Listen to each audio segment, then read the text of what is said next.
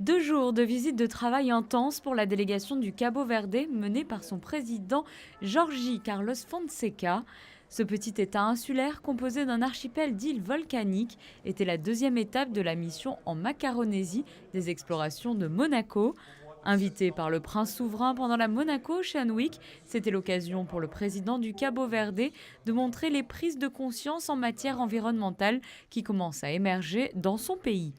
Ici à Monaco, il y a une conscience plus élargie, plus profonde.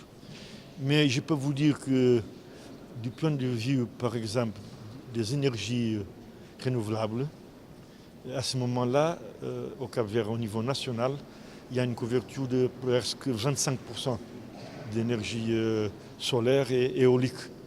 Il y a des îles où le taux de couverture va au-delà de 30%. Il y a une île des 9 îles habitées avec une couverture de 100%. Et le gouvernement du Cap-Vert a un objectif de façon qu'à 2030, le pays a à niveau national une couverture de au moins 50% d'énergie alternative. Des relations diplomatiques ont ainsi été ouvertes en amont des explorations de Monaco.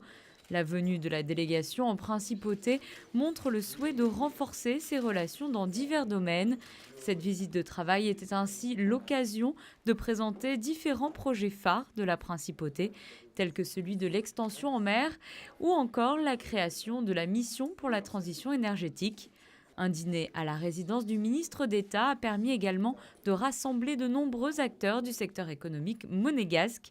L'environnement est un sujet commun aux deux chefs d'État.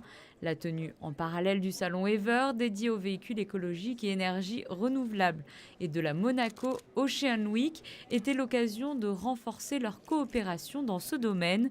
Une coopération qui a été officiellement concrétisée par la signature d'un accord cadre entre les deux pays. Cette relation politique s'est transformée en accord de coopération. C'est le document que nous venons de signer en présence des deux chefs d'État avec le ministre des Affaires étrangères. Et cet accord de coopération prévoit un cadre. À nous maintenant de le remplir avec des projets communs, des initiatives communes dans le domaine économique, évidemment du développement durable, évidemment de l'écologie, mais aussi de la coopération internationale beaucoup plus classique. Donc voilà ce que prévoit cet accord. Cette visite de travail s'est conclue par un dîner au Palais Princier. Les relations amicales amorcées avec les explorations de Monaco semblent ainsi s'accentuer pour les années à venir.